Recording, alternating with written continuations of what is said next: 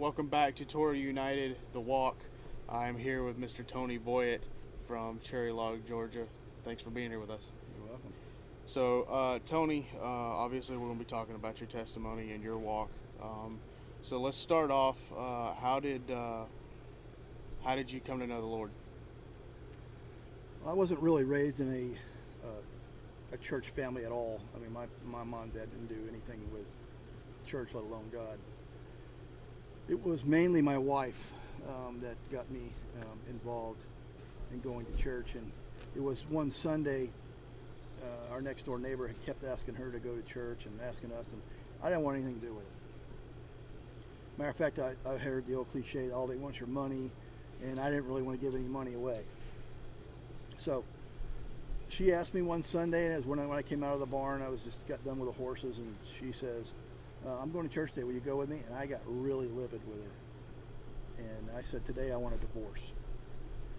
And that day I said, we had two daughters and had one that was 2, and then one was just, like 3 months old.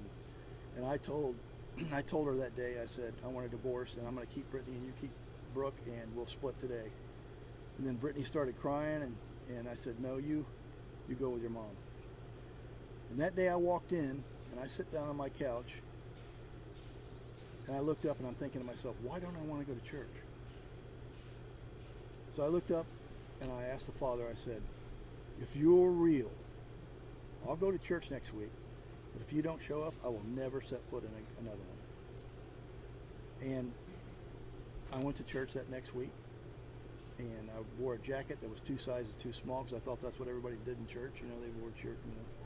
So I sit down in that pew, and I thought it seemed like I was the only one there, because I didn't know the pastor, but that pastor was looking at me the whole time, and every word that he spoke penetrated my soul. And from that point on, that day on, I felt the Spirit just cover me.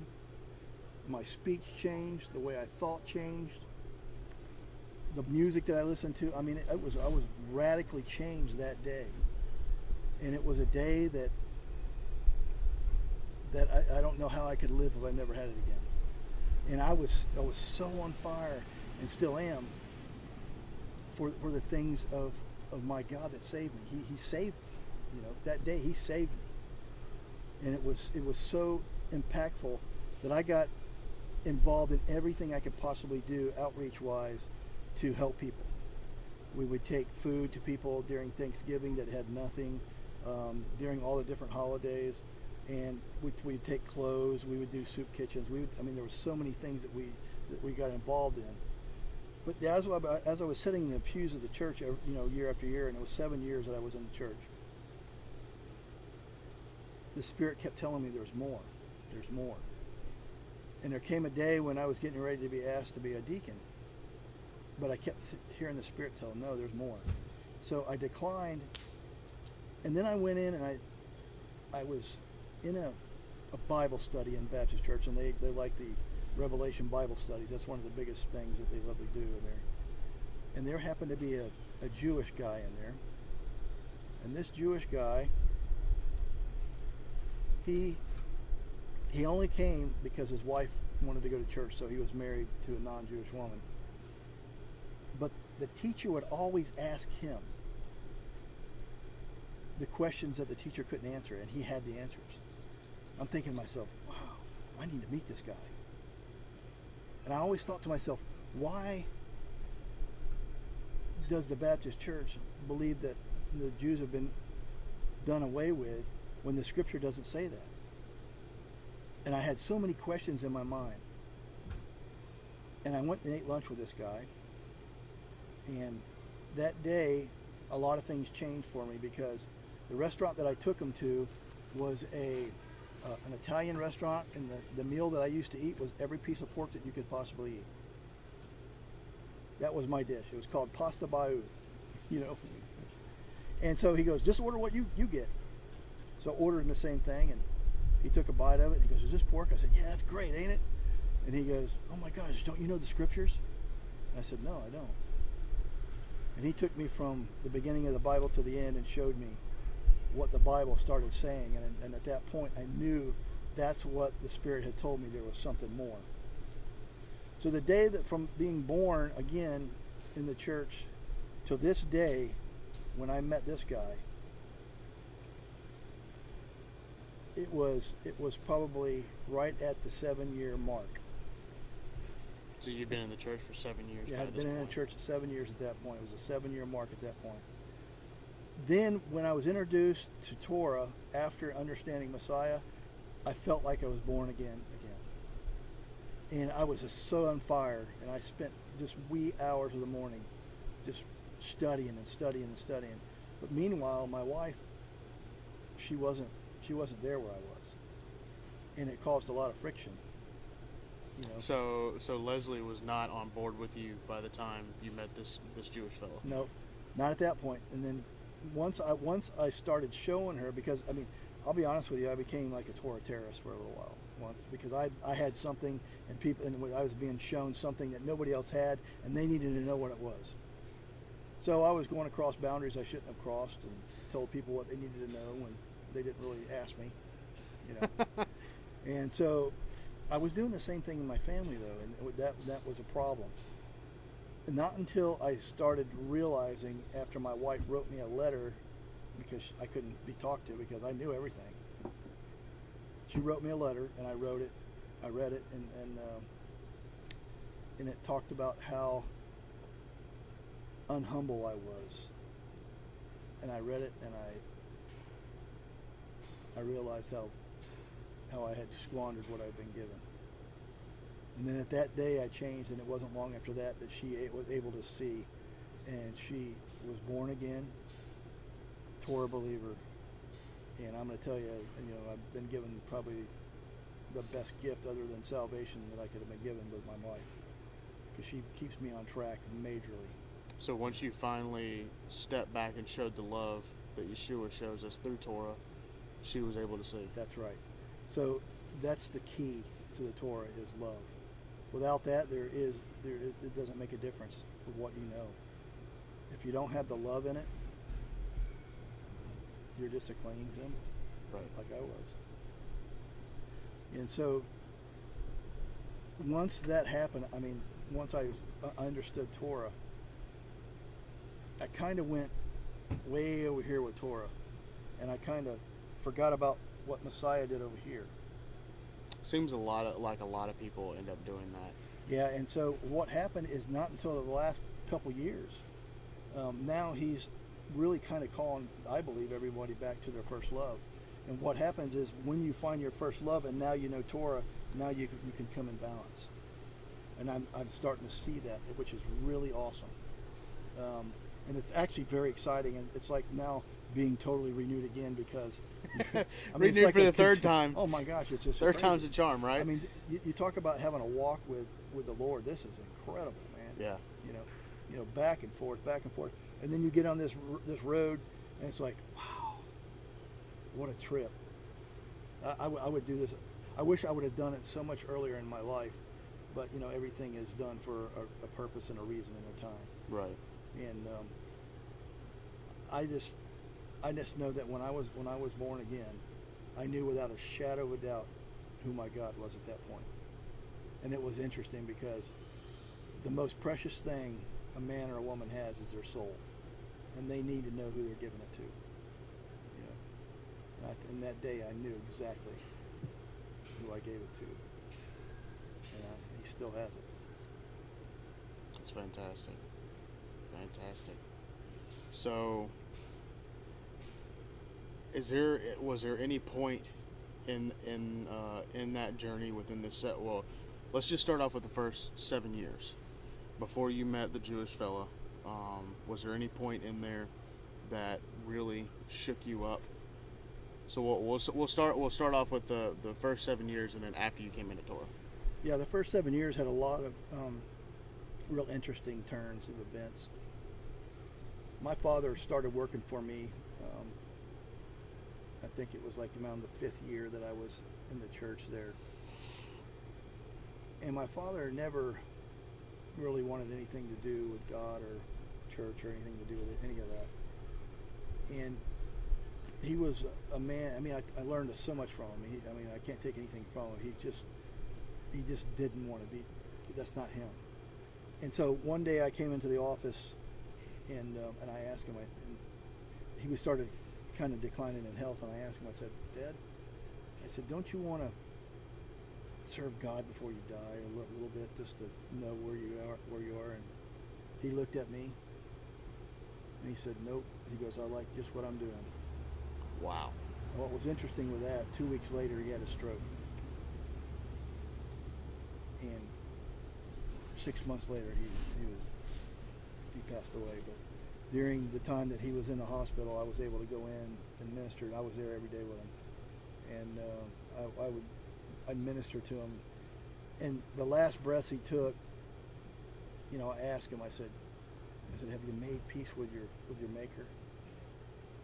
And he looked up and whispered yes beforehand. And I just have hope that the mercy comes upon him. That I know that my Father has in heaven. And that was a really big, significant part in this whole thing, because he saw my life change, and he saw my family's change.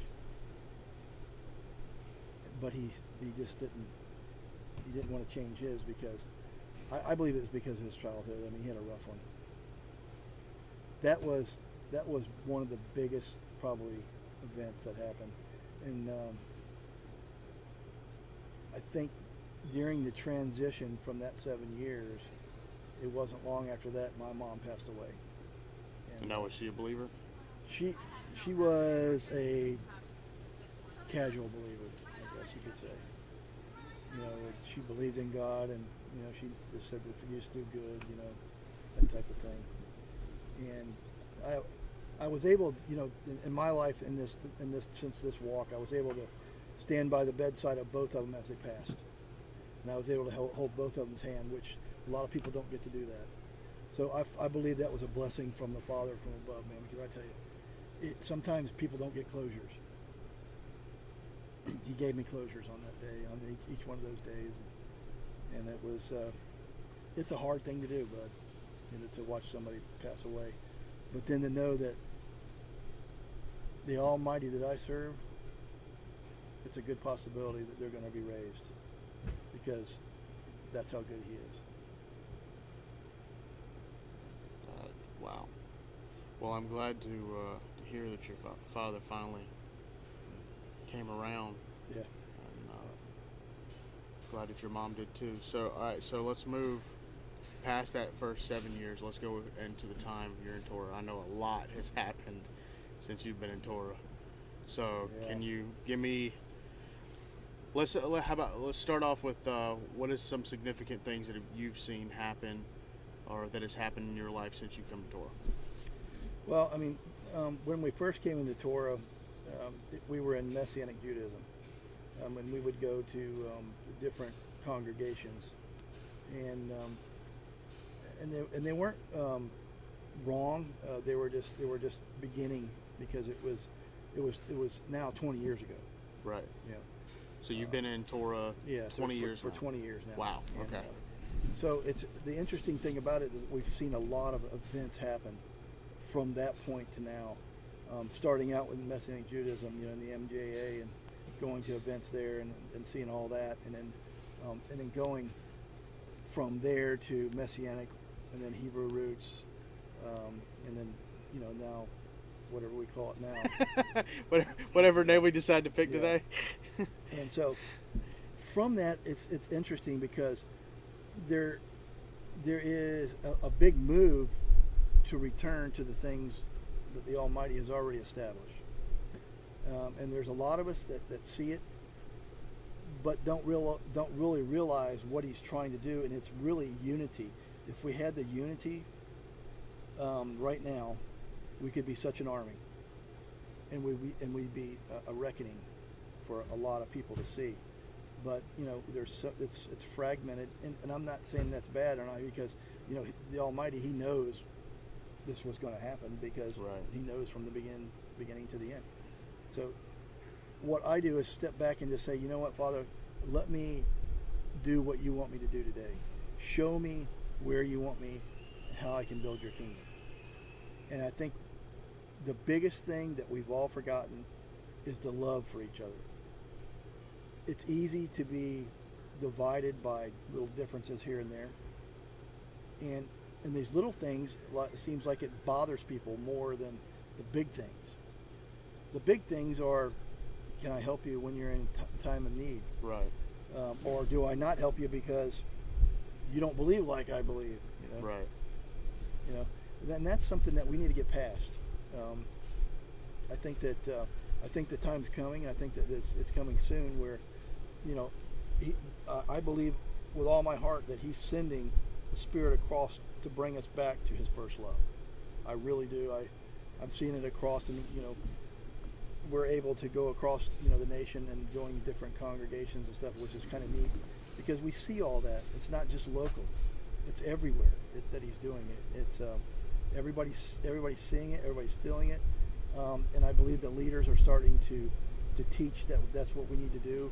And it's really exciting, to be honest with you. It's exciting to be in these times because, I mean, it's crazy the things that are going on and things that I never thought I would see in my life.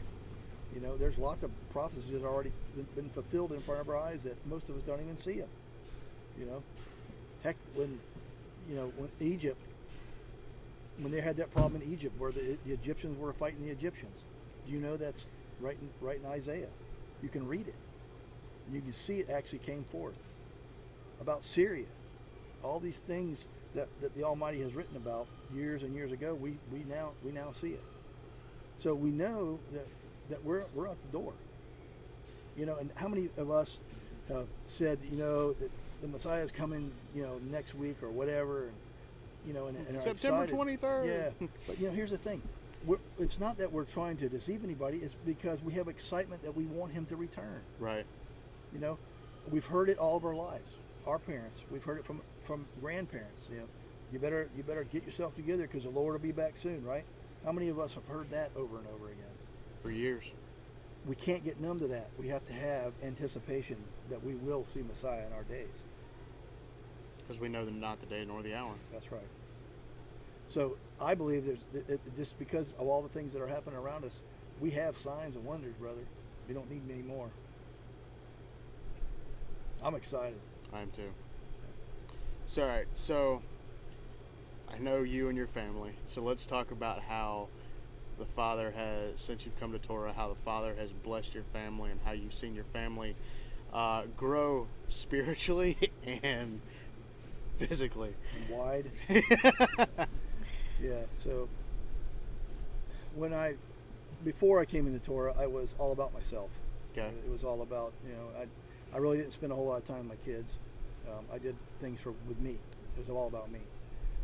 Because that's kind of how I was brought up. That's the way my dad was. So I thought that was the right way to do it. But then after I came into being born again and then finally understanding the Torah and what it says about family, I had to change. I had to make that change. And that change is to love my kids like I'm supposed to and father them like I'm supposed to. And, you know, I messed up a little bit on the beginning, but I believe that I was able to redeem myself. You would have to ask my kids on that. But where I started really showing them love and really doing more things and listening to them when they spoke to me. Because at one point I would just half listen and then just go, yeah, okay, do what you want. And you know, a lot of fathers are that way. They just are because they don't know any better. Because our fathers didn't know any better. And their fathers didn't know any better, or they just didn't care, and then it just carried on. And so what happened is, I decided at that point is when I was going to walk with Him, that I would do everything I needed to do. I made a commitment to the family, to love my wife like I'm supposed to be loyal like I said I would be when I told her I would, to be a father to my children and a protector if they needed it. Turning the game down, help on the wind. And so at that point, things started changing when we actually started sitting at the Shabbat table. And we gathered together every Friday night and then every Shabbat, every Saturday, for a meal together. And because when we started doing this, there was hardly anybody doing this. Everybody thought we were nuts. But I can tell you for a fact that when we started doing all this stuff, our family grew tight. Really? And it wasn't long after our family started growing tight that's when, you know, the bottom fell out of the economy. But you know that when that fell out, we even grew tighter because he had already given us the recipe, and we started growing even tighter. And then we actually started really praying together, all of us, and that was really kind of cool. Fantastic. And so That's awesome. when that happens is when your family can get together and pray together. That's a powerful tool that Hasatan does not like. And if we can break that bond, or break those bonds that he tries to put on us, that, you know, I don't really want to pray. I don't really think it's going to matter. And I'm going to tell you right now, it matters, because if you don't believe he hears you, then what good is it? I believe he hears everything that I pray, and he does according to his will. And most of the time, it's way better than what I thought it would be. It's just phenomenal. So in turn, here's what happened. Being loyal to him, our kids have all been very respectful. We love them with our hearts. They love us. And I'd prayed every Shabbat since we understood this, that he would bring us men after his own heart for my daughters. I can tell you that he did it. Because he brought us Dave and he brought us Ryan, and both of those guys are beyond my hopes.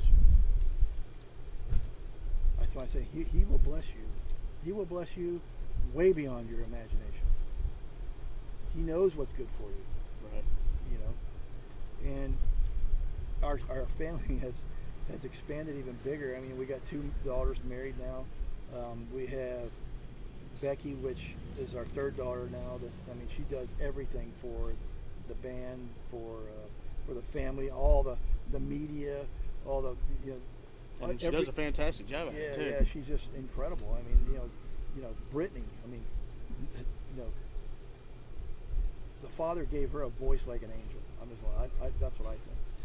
Not just because she's my daughter, but I think it's pure. You know,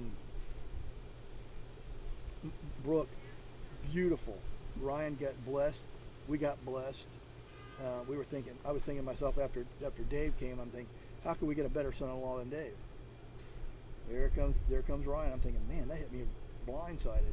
Thank you, Father. You know, I can't wait to see the men that he's going to bring my next 2 daughters, especially the woman that he's going to bring my son. Because my Father that I know in heaven, he loves us.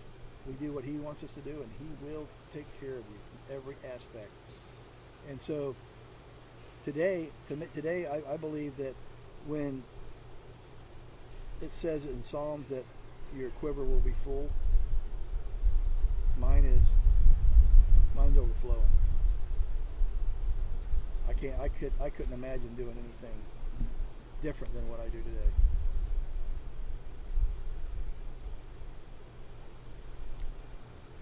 That's awesome. I don't even know how to reply to that. It's hard. I mean, it's a thing that's beyond. It's only God could do it. Yeah. You know, there's so much more, but you know, I think that's kind of the gist. And then now we get to keep all his appointed times. We get to meet with him, and it's so awesome when he shows up. Yeah, it is. And I know, well, as y'all know, we are actually here at Elijah Clark State Park at Sukkot as while we're outside, and he has definitely shown up here this year. Absolutely. Definitely shown up, and it's only halfway through the week, so I can't wait to see what the rest of the week holds. Yeah, me too. Me too. Well, Tony, I truly appreciate your time and sharing your testimony, sir. You're welcome. So, thank you for having me on. Yeah, absolutely. Thank y'all. I hope for those of you watching from Sukkot, y'all have a blessed feast day, or feast week rather. And we'll talk to y'all later. Shalom, y'all.